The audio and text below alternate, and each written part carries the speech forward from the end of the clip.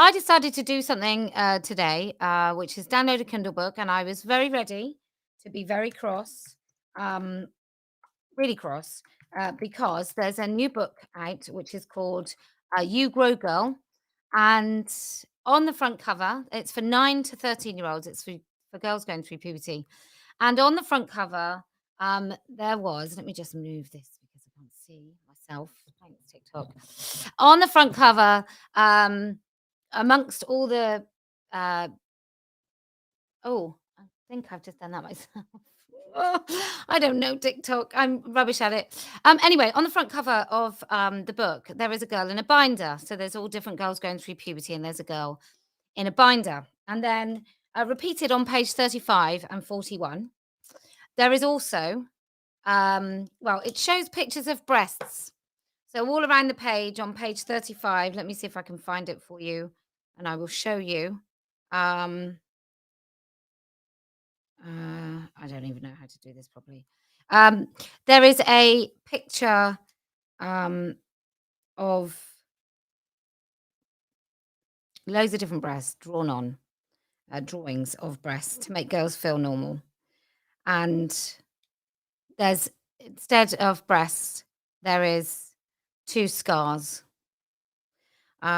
which seems to be, I mean, why are you talking about girls' breasts and then drawing a picture of someone who's had them cut off? That just seems the most ridiculous thing when you're trying to make girls feel they can accept their breasts. So that was one thing. And then on page 41, um, I think it was talking about bras. There's a girl in a binder. And then there's another bit about porn where she doesn't mention the harms of porn, which I was quite intrigued by because she talks about smoking and vaping and drinking and addiction. So she talks about those things. But then when it comes to porn, she just says, oh, it's not real. I just want girls to know it's not just not real, ladies and gentlemen, but boys, it can cause erectile dysfunction if you watch too much of it. And also it will skew how you feel about sex in general and what you think is acceptable. Because not only is it not real and fake, and people's bodies don't look like that, um, it's not actually great to be choked. It's not actually normal to be injured during sex. It's not normal to have a look on your face like you're in excruciating agony. It's not normal for the person you're actually having sex with to be trafficked or under duress, hence why they're in the activity in the first place. So I would really like that when schools talk about porn, they don't just talk about pornography. It's not real. Um, or it's normal. Oh, it's a normal thing to do. Maybe you're not watching it yet. I would like them to actively talk against it. That's what I would like. So I'm nearly at the place where they're doing that. Anyway, but what I want to say about this book, You Grow Girl, is actually it's great. Aside from this, which makes it weird.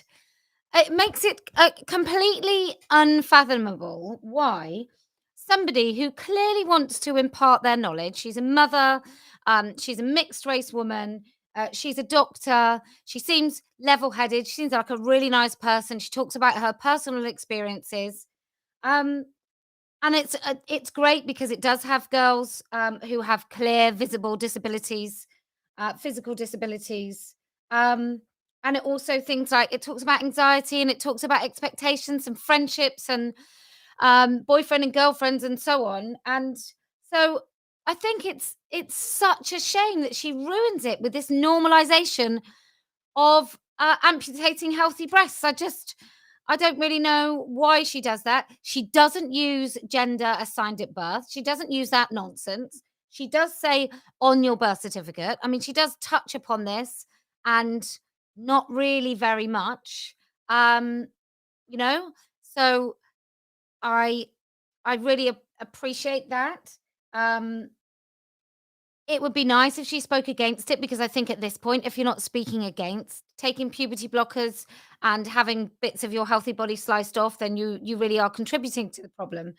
But other than that, other than the vile medical self-harm of having your breast sliced off, um, this is a really good book. And I just think in her private moments, I don't believe for a minute that she thinks that's okay. Her book seems to have been written with absolutely no.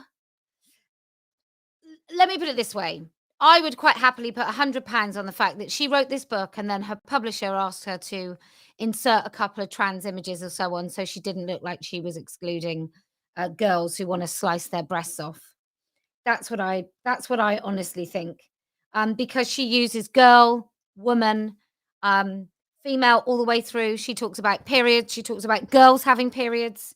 Um, very much like it's written for a girl. And I just wonder when the conversation was that she decided that she would have to insert a couple of pictures of girls self-harming with binders and having their breasts sliced off.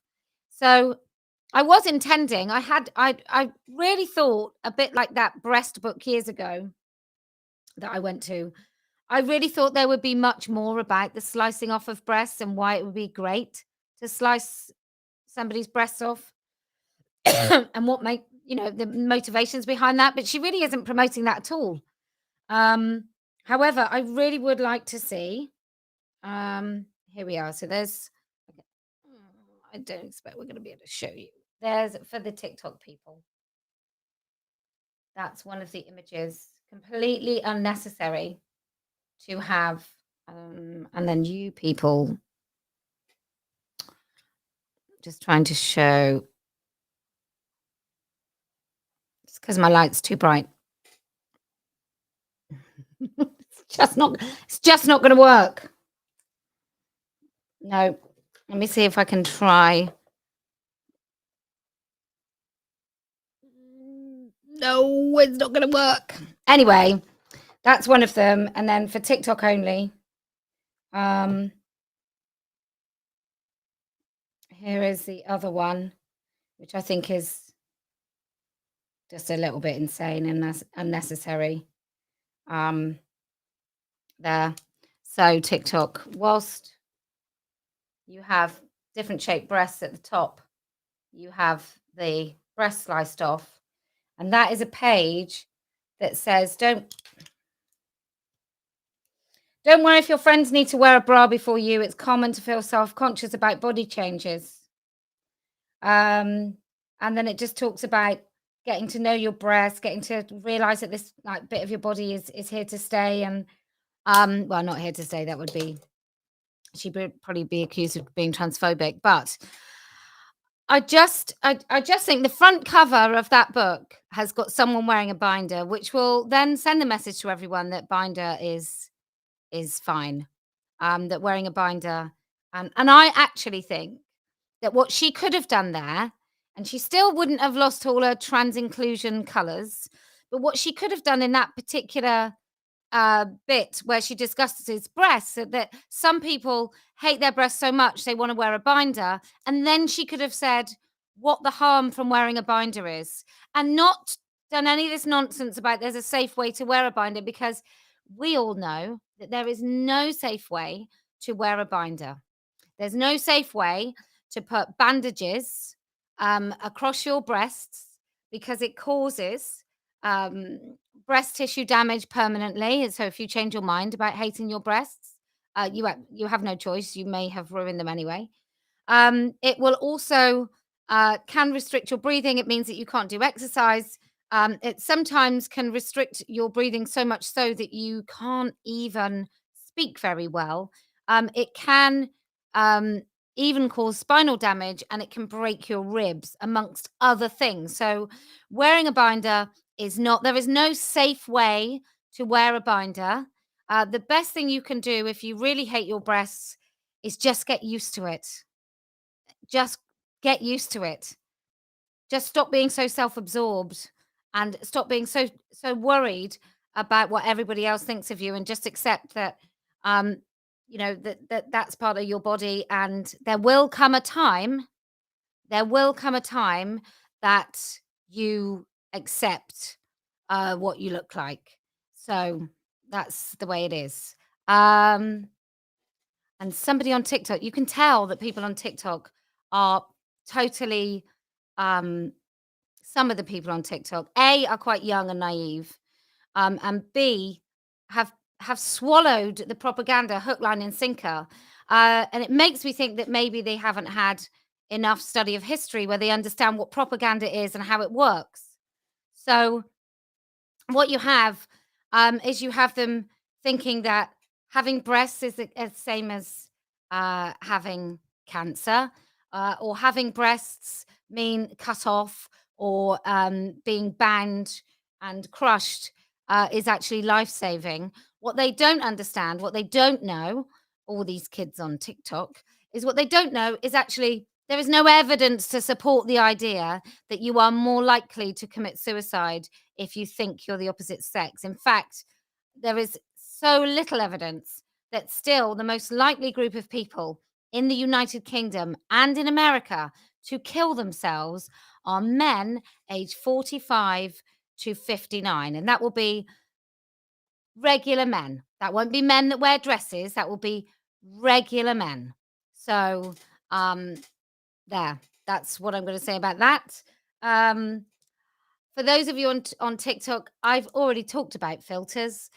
We absolutely do use filters because my light is too bright.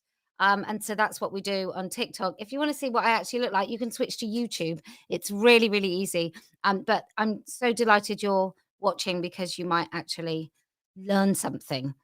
So, BBC has been pushing this for a long time. It likes the idea of girls who want to create some sort of character, personality for themselves, or sometimes autistic girls, or sometimes just really self absorbed girls. Start pretending that they're the opposite sex or they're not really a girl. Those things have been happening for a really long time. And it used to be that girls used to just hang around with boys. Now what it is those girls think that they are boys. And can I just say to anybody on TikTok telling me I'm irrelevant, you're the one watching me. I'm not watching you. You're watching me. So if you think I'm irrelevant and yet you're watching me, I think it's kind of worse for you. I think you come off worse. So anyway, so back on the whole top surgery thing. Obviously, there is a now we know about libraries hiding books, and now we know about publishers. Like nearly every book my daughter now reads has got some misogynist kind of abusive boyfriend, or it will have numerous non-binary or her Adam's apple type language in it. Publishing does seem to be really, really captured, and actually, I think it's going the wrong way. So rather than the audience shaping what books are published, there is a nasty, pernicious, authoritarian cult trying to decide what can be published. And then what's being published is um, a load of propaganda nonsense. Like, we really are in a very dangerous period in history where media, publishing houses, our institutions, our education services, our judicial systems, and our politicians are totally beholden to this hideous cult in which people end up with damaged bodies. These sexualized men are basically asking young girls to give up their own sexuality because it's not essential, and they're better off having their breast cut off while these men take hormones to grow their own. If you can't see it, people, if you young people can't see it because you haven't stepped back further enough, because you're far too worried that if you do think for yourself you'll end up with no friends, um if you can't see it and you won't listen, then you're pretty much doomed. Because as an adult, one of the things that is a pretty great thing to do is actually have an intimate relationship with another adult that you love very much. And if you take puberty blockers and you take cross sex hormones, you're not going to ever have that. And it maybe you can't get it right now. Maybe you don't understand what that is right now, but that is what's coming for you, or as the case may be, not. Anyway, I'm going to say goodbye to the people on TikTok, and then I'm going to come back to you guys. Actually, I'm not. I'm going to say bye to all of you because I've got to go and post parcels. As an older person, ignore her kids. You know, my kids are teenagers, right? And as much as I love them so very much, uh, they don't actually want to spend their school holidays with me for every minute of every day. And besides, I make far too much money. Anyway, I'm just answering the people on TikTok because there's a lot of young kids, and it's really interesting. It's really interesting how they get all excited. Um,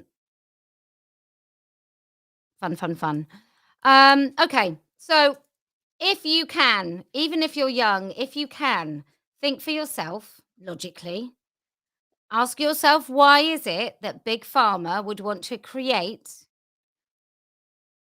people at 11 and 12 years old that will be medical patients for life? Um, and you can do that, even though you know that maybe you won't like the answer very much, then I promise we will win. If you can understand that even in the United Kingdom, they are doing phalloplasties where they know that they won't work. And in some situations, girls have ended up urinating out of their own anus because the surgeries are so unsuccessful. And that those girls end up with radical hysterectomies, which means they have greater risks for cancer and Alzheimer's and long term chronic anxiety. If you can stand up against that and you can understand what this means for society and individuals, then I promise we will win. And do you know why else I'm gonna win? Frankly, because I never lose.